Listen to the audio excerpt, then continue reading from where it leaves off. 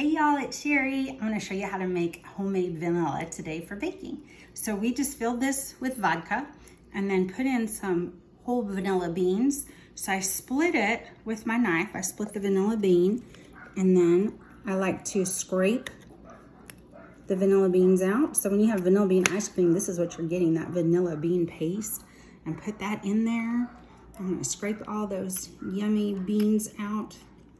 Put it in there, and then I'm gonna put the whole pod in there, and we're gonna let it sit. We put our little Squeeze-It top on here. I love this because this seal makes it so that it doesn't come out until we squeeze it out. So in our little squeezable container.